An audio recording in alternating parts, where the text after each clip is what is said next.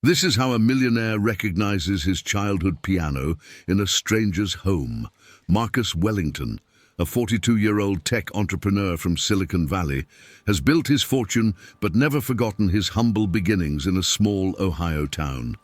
When his mother passed away 5 years ago, financial difficulties forced him to sell their family belongings, including his beloved childhood piano, where he learned to play and dreamed of a different life. During a business trip to Denver, Marcus is invited to dinner at the home of Sarah Mitchell, a 35-year-old music teacher and single mother. Upon entering her modest but warm home, he's shocked to recognize his childhood piano in her living room. The same scratches, the same worn middle C key, even his initials still carved underneath. What unfolds is an emotional journey as Marcus discovers how the piano traveled from his childhood home to Sarah's living room, connecting their lives in unexpected ways. Through 4 interconnected chapters, we follow Marcus as he grapples with confronting his past, Sarah's struggle as a single mother trying to provide music lessons for her 8-year-old daughter Emma, and how this chance encounter transforms both their lives. The story explores themes of loss, second chances, the power of music to heal, and how material possessions can carry deep emotional significance across different families and generations. The crisp October air of Denver carried the scent of fallen leaves as Marcus Wellington stepped out of his black Tesla Model S, adjusting his tailored charcoal suit jacket. At 42, Marcus had the kind of presence that commanded attention in boardrooms. Across Silicon Valley, piercing blue eyes, salt and pepper hair perfectly styled, and the confident stride of someone who had built a tech empire from nothing.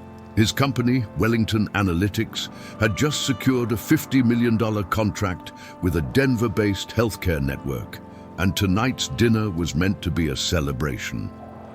Sarah Mitchell had been recommended by his business partner as someone who really understands the local market. What Marcus hadn't expected was to be invited to her home rather than a restaurant. "I hope you don't mind," Sarah had said over the phone, her voice warm but slightly nervous. "My daughter has a school presentation tomorrow, and I promised I'd help her practice, but I make a mean lasagna, and it'll be much more relaxed than some stuffy downtown place." As Marcus approached the modest 2-story house in the Highlands neighborhood, he noticed the well-maintained garden and the soft glow of warm light through the windows. Sarah opened the door before he could knock, and Marcus found himself momentarily caught off guard. She was beautiful in an understated way. Auburn hair pulled back in a loose bun, green eyes that sparkled with intelligence, wearing a simple cream sweater and dark jeans that somehow looked effortlessly elegant. "Mr. Wellington, welcome. I'm Sarah."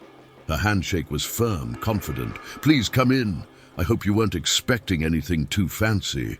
"Marcus, please, and this is perfect, actually. I spend too much time in sterile conference rooms." The house was warm and inviting, filled with the aroma of home cooking and the subtle sounds of a lived-in home. Family photos lined the hallway, walls, and Marcus caught glimpses of Sarah with a young girl who shared her striking green eyes. As they moved toward the living room, Sarah was explaining something about the neighborhood's history, but her words began to fade into background noise. There, positioned against the far wall of the living room beneath a window that overlooked a small backyard, stood a piano that made Marcus's heart stop. It was an upright Yamaha, probably from the 1980s, with a rich mahogany finish that had aged to a deeper, more complex hue over the decades. But it wasn't just any piano. Marcus knew every inch of this instrument. The small scratch on the right side, where he'd accidentally hit it with his baseball bat when he was 9. The way the middle C key was slightly more worn than the others from countless hours of practice. And most telling of all, if he looked underneath. "That's a beautiful piano," Marcus managed to say, his voice slightly strained. Sarah followed his gaze and smiled. "Oh, thank you. It was actually a bit of an impulse purchase about 4 years ago. I saw it at an estate sale and well, I knew Emma needed to learn music, and there was something special about it. The previous owner said it came from Ohio, originally. Ohio. Marcus felt his chest tighten. May I? He gestured toward the piano. Of course. Do you play? Marcus approached the instrument as if in a trance. His fingers traced the familiar scratch, and without thinking, he pressed the middle C. The slightly flat tone was exactly as he remembered. Then, almost unconsciously, he knelt down and felt underneath the keyboard. There they were, carved crudely in a child's handwriting. M.W. Dreams come true. The room seemed to spin for a moment.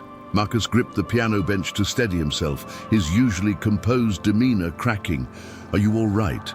Sarah's voice carried genuine concern as she moved closer. Marcus looked up at her, his blue eyes now bright with unshed tears. This piano, I carved those initials underneath when I was 10 years old. This was in my childhood home in Millfield, Ohio.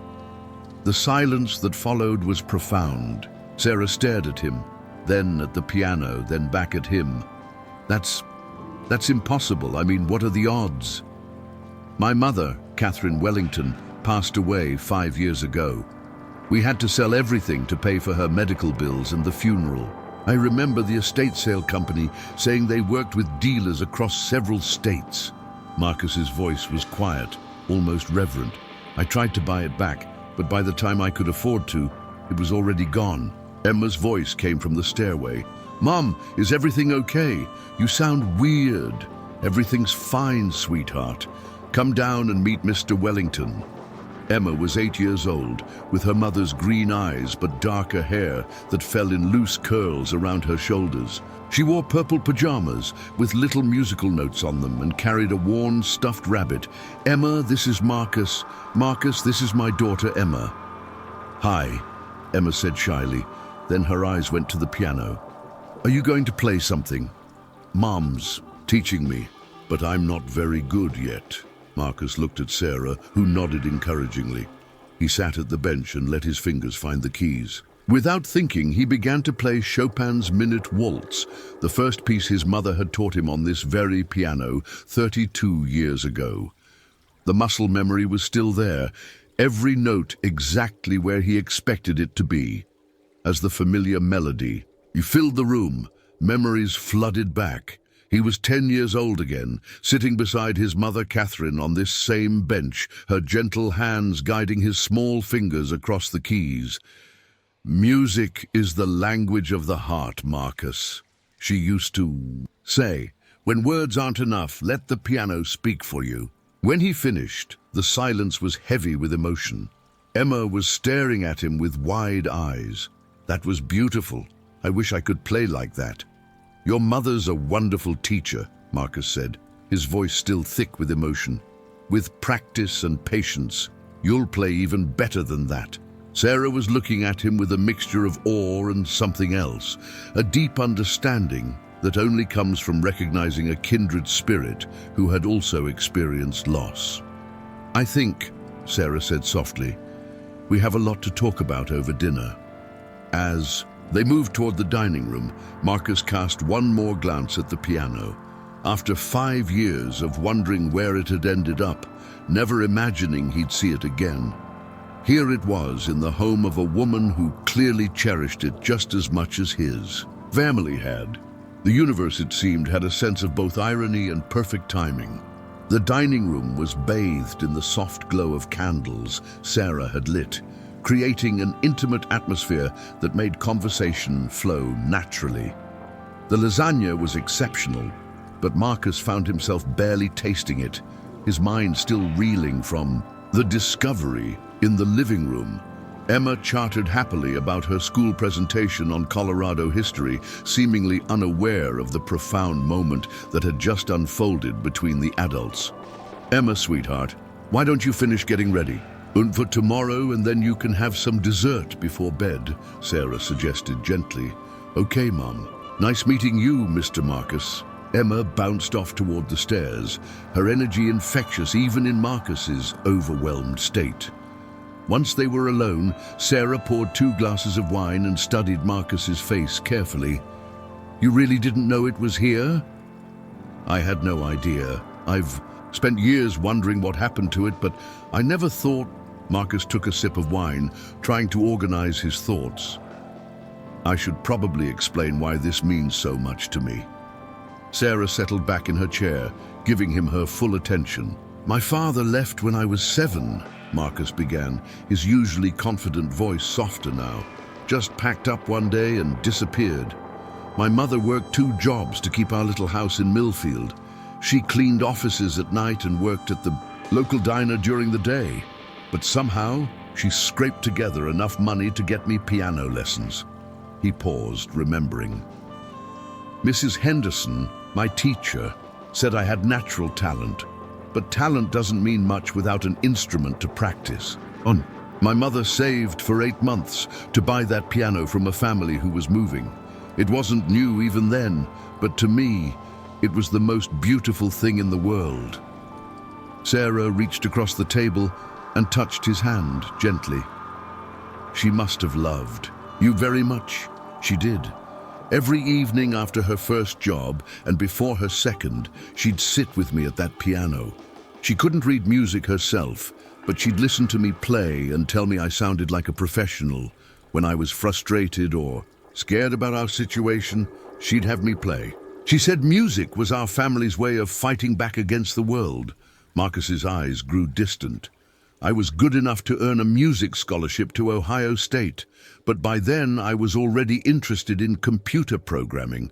I thought music was just a hobby, something from my childhood. I studied computer science instead, moved to California, and started my company. The piano stayed with her. "Did you regret not pursuing music?" Sarah asked. "Sometimes, but building Wellington Analytics allowed me to take care of her when she got sick. Pancreatic cancer." The words came out flat, clinical. "I moved her to the best facility in Cleveland, hired private nurses, and flew in specialists from Johns Hopkins. None of it mattered. She fought for 8 months. Sarah squeezed his hand tighter. The medical bills were astronomical, even with insurance. After she passed, I discovered she'd taken out a second mortgage on the house to help pay for treatments she thought might give us more time together. The house had to be sold. Everything had to be sold." "You couldn't save the piano?" Marcus shook his head. "I was so consumed with grief and handling her affairs that by the time I thought clearly about keeping it, the estate sale company had already dispersed everything. They told me a dealer from Colorado had purchased several pieces, including the piano, but they couldn't give me contact information due to privacy policies." "And you never followed up?" "I hired a private investigator about a year later. He traced it to a music store in Boulder that had closed down. The trail went cold after that." Marcus managed a rueful smile. "I told myself it was better this way. The piano belonged with someone who would love it, not sitting in my Palo Alto penthouse as a shrine to guilt." Sarah was quiet for a long moment, processing everything. "Can I tell you how I found it?" Marcus nodded. 4 years ago, I was going through my divorce. Emma's father decided he wanted to pursue his art full-time and felt that family responsibilities were stifling his creativity. There was no bitterness in her voice, just matter-of-fact sadness. I had to find a new place for Emma and me, somewhere I could afford on a music teacher's salary. This house was all I could manage. She gestured around the modest dining room. Emma was only 4. But she was already showing interest in music. She'd hum constantly, make up little songs. I knew I wanted her to learn piano, but lessons are expensive, and buying an instrument seemed impossible. Then I saw an ad for an estate sale in Lakewood. The family was moving to Florida and selling everything. I wasn't even looking for a piano. Specifically, just maybe some furniture we needed.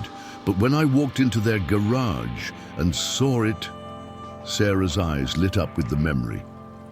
There was something about it. The woman running the sale said it had belonged to a family in Ohio, that The previous owner had specifically requested it go to someone who would use it, not just display it. Marcus felt his throat tighten. That sounds like something the estate company would have arranged. My mother always said music was meant to be shared. I spent my entire furniture budget on it. Emma and I ate peanut butter sandwiches for 2 weeks, but we got it moved here and tuned.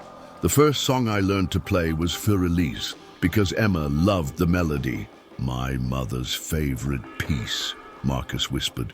They sat in comfortable silence, both lost in their own memories. Finally, Sarah spoke again. There's something else I should tell you. About a year after we got the piano, I found something tucked behind one of the back panels. When I was having it professionally cleaned, she disappeared into the kitchen and returned with a small wooden box. Inside, wrapped in faded tissue paper, was a black and white photograph of a young woman at a piano, smiling at the camera. On the back, written in careful script, Catherine Wellington, age 19, first recital, 1962. Marcus took the photograph with trembling hands. I've never seen this picture. She never told me she performed. There's more, Sarah said gently, pulling out a folded piece of sheet music. It was handwritten, titled Lullaby for My Son, and signed C. Wellington. Marcus stared at the music, his vision blurring. She wrote music? I had a colleague look at it. It's beautiful, Marcus. She was gifted. The weight of discovery was overwhelming. Not only had he found his childhood piano, but he'd also uncovered a part of his mother he never knew existed. All these years, he'd carried guilt about not pursuing music, never knowing that his mother had been a composer herself. I've been teaching Emma to play your mother's lullaby, Sarah said softly. Would you like to hear it? Marcus could only nod, not trusting his voice. They moved back to the living room where Emma, now in her pajamas, was waiting with barely contained excitement. Sarah had obviously filled her in during their brief absence. Mom told me this used to be your piano, Emma said, settling onto the bench. She said your mommy wrote this song for you. As Emma's small fingers picked out the gentle melody, Marcus heard his mother's voice in every note. The lullaby was simple, but hauntingly beautiful, filled with the kind of love that transcends time and circumstance. When Emma finished, she looked up at him with those bright green eyes. Did you like it? Mom says I'm getting better. It was perfect, Marcus managed, his composure finally breaking. She would have loved hearing you play her song. 3 weeks later, Marcus found himself driving through Denver's morning traffic with an unfamiliar lightness in his chest. What had started as a chance business dinner had evolved into something he hadn't expected to find at this stage of his life: genuine connection. He'd extended his stay in Denver 3 times, much to his assistant's confusion, telling himself it was to oversee the healthcare contract implementation. The truth was more complicated. Sarah had become a fixture in his thoughts. Their conversations flowed effortlessly from music to philosophy to the challenges of balancing career and personal fulfillment. She possessed a depth of character that Marcus found refreshing after years of surface-level networking and transactional relationships in Silicon Valley. More surprisingly, Emma had taken to him with the enthusiasm of a child who'd been missing a father figure without even realizing it. This morning, he was heading to Sarah's house for what had become a weekend tradition. Saturday morning piano, lessons that had somehow evolved into family time. As he pulled into her driveway, he could see Emma's face pressed against the living room window, watching for his arrival. Marcus! Emma flung open the front door before he could knock. Mom, made pancakes and I learned a new song and I lost another tooth. She displayed the gap in her smile proudly. The tooth fairy business must be booming around here, Marcus said, scooping her up in a hug that felt as natural as breathing. Sarah appeared from the kitchen, flour dusting her apron, and that warm smile that had become the highlight of his weekends. Someone's been up since 6 practicing her surprise for you. Over breakfast, Emma chatted about school, while Marcus and Sarah shared knowing glances across the table. The domesticity of it should have felt foreign to someone who lived alone in a minimalist penthouse, but instead, it felt like coming home. "Okay. Emma, are you ready to show Marcus what you've been working on?" Sarah asked as they moved to the living room. Emma nodded solemnly and positioned herself at the piano bench. "This is really hard, but Mom helped me learn it because she said it was special." She began to play Chopin's Minute Waltz, the same piece Marcus had played that first night. Her technique wasn't perfect, and she had to pause occasionally to remember the fingering, but the melody was clear and heartfelt. When she finished, she turned to Marcus with anxious hope in her eyes. "That was incredible, Emma. How long have you been working on it?" 3 weeks. Mom said it was the first song you played on our piano, so I wanted to learn it too. Did I do good? You did amazingly well. Much better than I did when I first learned it. The afternoon unfolded with a comfortable rhythm they'd established. Marcus worked with Emma on her technique while Sarah prepared lunch, occasionally calling out encouragement from the kitchen. Later, while Emma played in the backyard, Marcus and Sarah sat on the back porch with coffee, watching the little girl chase falling leaves. "I've been thinking," Sarah said carefully, "about what happens when you go back to California." The question Marcus had been avoiding hung in the air between them. His original plan had been to return to Palo Alto weeks ago, but every time he tried to leave, something anchored him here. The healthcare contract was successfully implemented. His team was managing fine without his constant oversight. "And yet, I've been thinking about that too," he admitted. "Emma's getting attached. She asks when you're coming back before you've even left each day." Marcus watched Emma build a pile of leaves, her laughter carrying on the crisp air. "What if I didn't? Go back? Not permanently, I mean, but what if I stayed longer?" Sarah turned to study his face. "What are you saying?" Wellington Analytics has been talking about expanding into the healthcare technology sector. Denver would be a logical location for a satellite office. The city's growing, there's talent here, and we already have established relationships now. "Marcus, you can't restructure your entire business around," she gestured between them. "Around what?" "Around the fact that I haven't felt this connected to anything or anyone in years.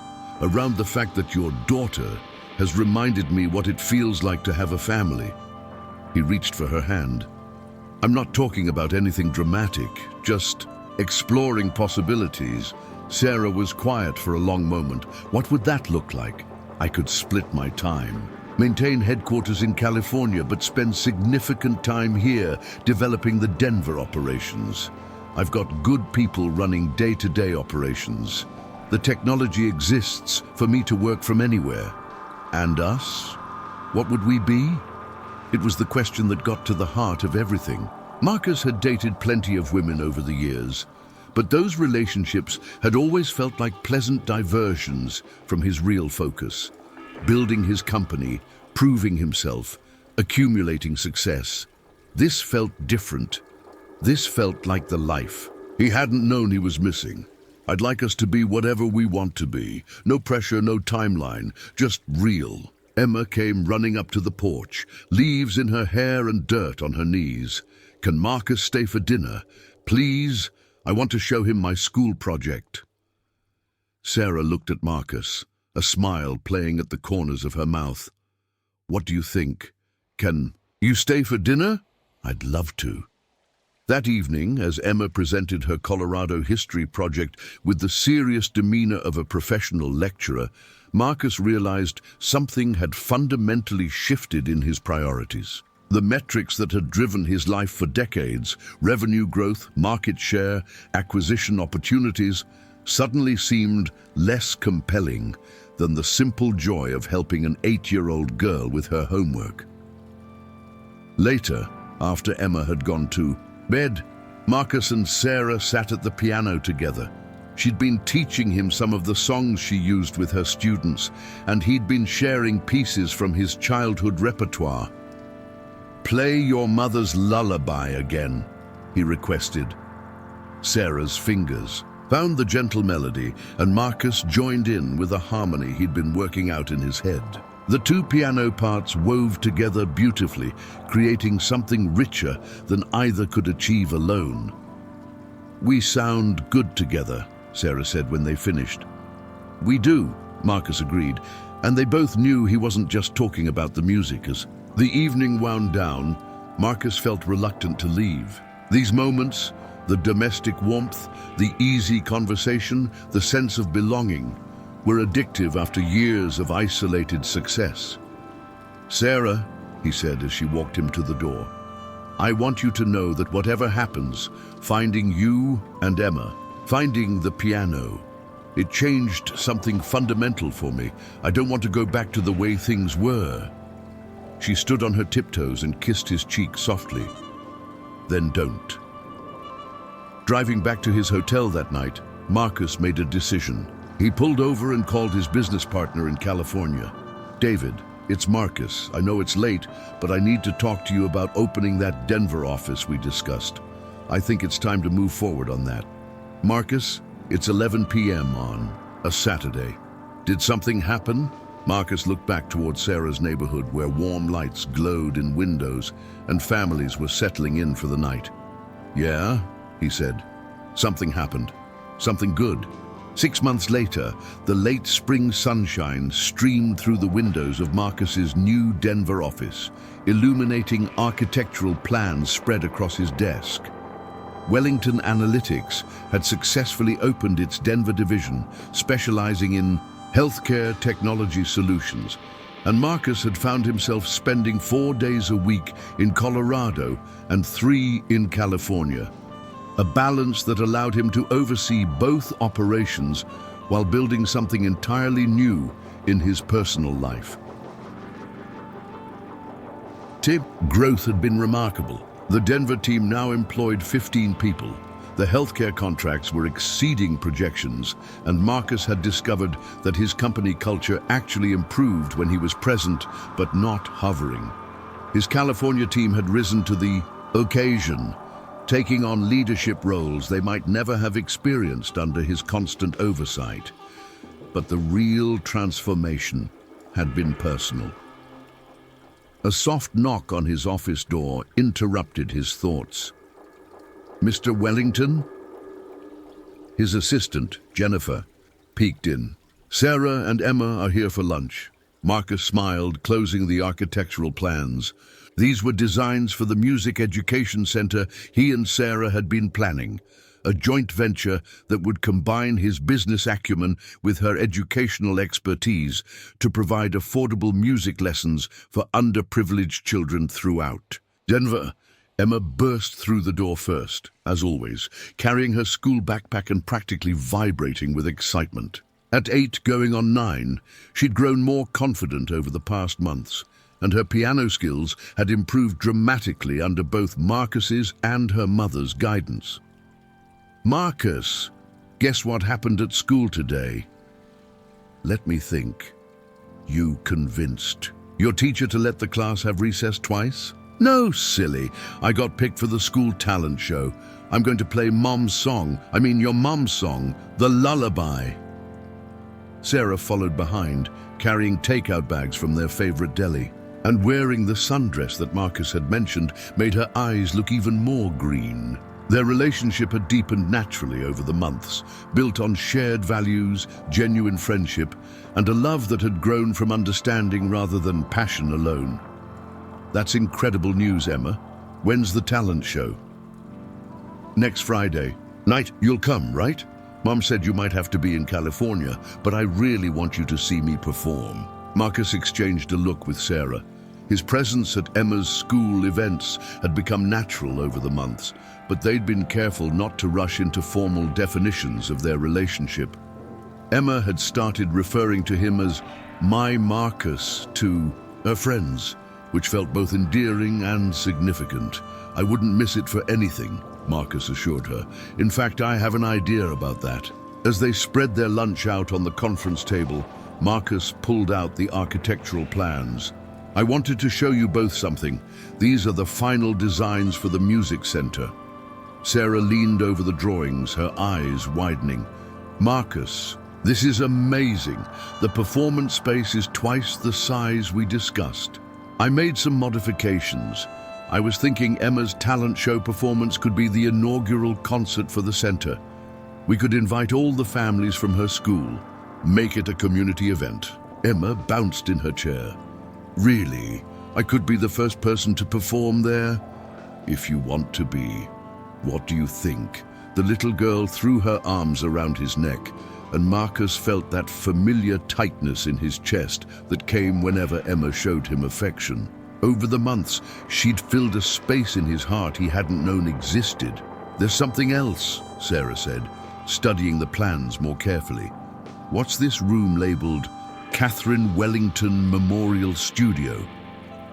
Marcus had wondered when she'd noticed that detail. It's a specialized studio for one-on-one instruction with the best acoustic design money can buy. I thought my mother would have liked knowing her music was being passed on to other children. Sarah's eyes filled with tears. That's beautiful. And, Marcus continued, feeling nervous about the next part, I was hoping you'd consider being the center's director. It would mean giving up your current teaching position, but the salary would be significantly better, and you'd have the resources to develop programs you've always wanted to try. Marcus, I can't let you create a job for me. I'm not creating a job for you. I'm creating a music education center that needs the best director possible, and that happens to be you. The board of directors, which includes 3 people who have never met you personally, unanimously voted to offer you the position based on your qualifications and vision. Emma looked between the adults, sensing this was a big moment. Does this mean you'd be working together? It means, Marcus said carefully, that we'd be building something meaningful together, all 3 of us.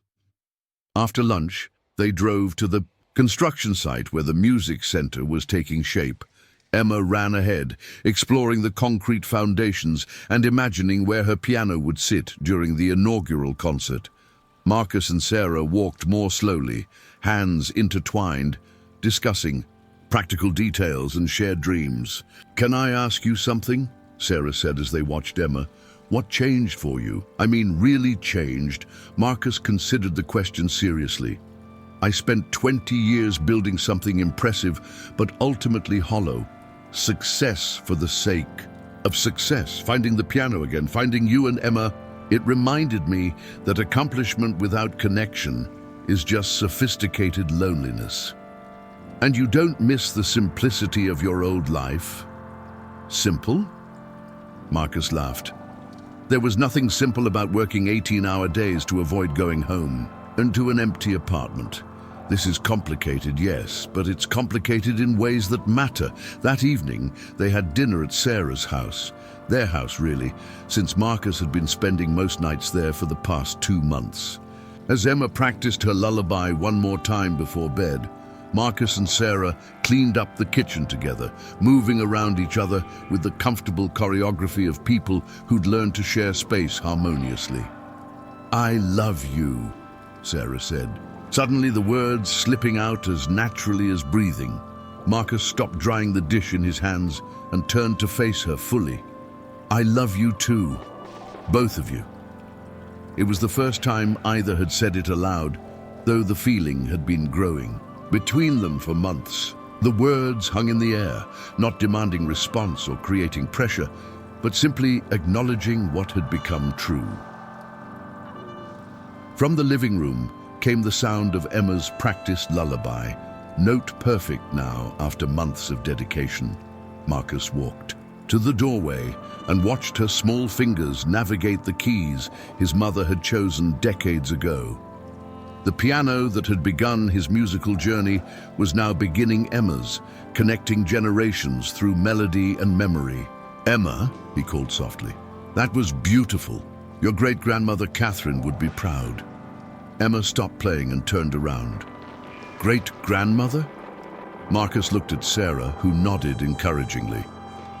Well, if it's okay with your mom, I was thinking that maybe Maybe we could be a real family, not just friends who love each other, but actually family. Emma's squeal of delight could probably be heard 3 houses away. She launched herself off the piano bench and into Marcus's arms, chattering excitedly about wedding dresses and whether she could be the flower girl, and if this meant she could call him Dad. Over Emma's head, Marcus met Sarah's eyes. In them, he saw not just love, but the reflection of a man who had finally found his way home. The piano that had carried his childhood dreams had somehow orchestrated the most important connections of his adult life. 6 months later, at Emma's talent show in the completed Catherine Wellington Memorial Studio, 3 generations of music came together. Emma performed her great-grandmother's lullaby on the piano that had traveled from Ohio to Colorado, carrying love and memory across time and distance. In the audience, Marcus sat with his arm around his wife Sarah, watching their daughter. Because Emma was truly their daughter now, share Catherine Wellington's gift with a room full of families. The piano, scarred and aged but still beautiful, had found its perfect home at last. And so had Marcus Wellington, successful businessman, devoted husband and proud father who had learned that the most valuable acquisitions in life couldn't be bought, only discovered when you were brave enough to recognize them. As Emma took her bow to thunderous applause, Marcus whispered a silent thank you to his mother. Her lullaby had become their family's anthem, her piano the foundation of their home, and her belief that music was the language of the heart had proven prophetic in ways she never could have imagined. The millionaire had indeed recognized his childhood piano in a stranger's home. But what he'd really found was everything he'd been searching for without even knowing it. Love, family, and the music that connects all hearts across time. Thank you for watching. This is how a millionaire recognizes his childhood piano in a stranger's home. Here on M&A, the story unfolds. If this story touched your heart, don't forget to subscribe, hit the notification bell, and leave a comment, letting us know where in the world you're watching from. We love seeing how far these stories travel. Until next time, keep believing in the power of unexpected connections.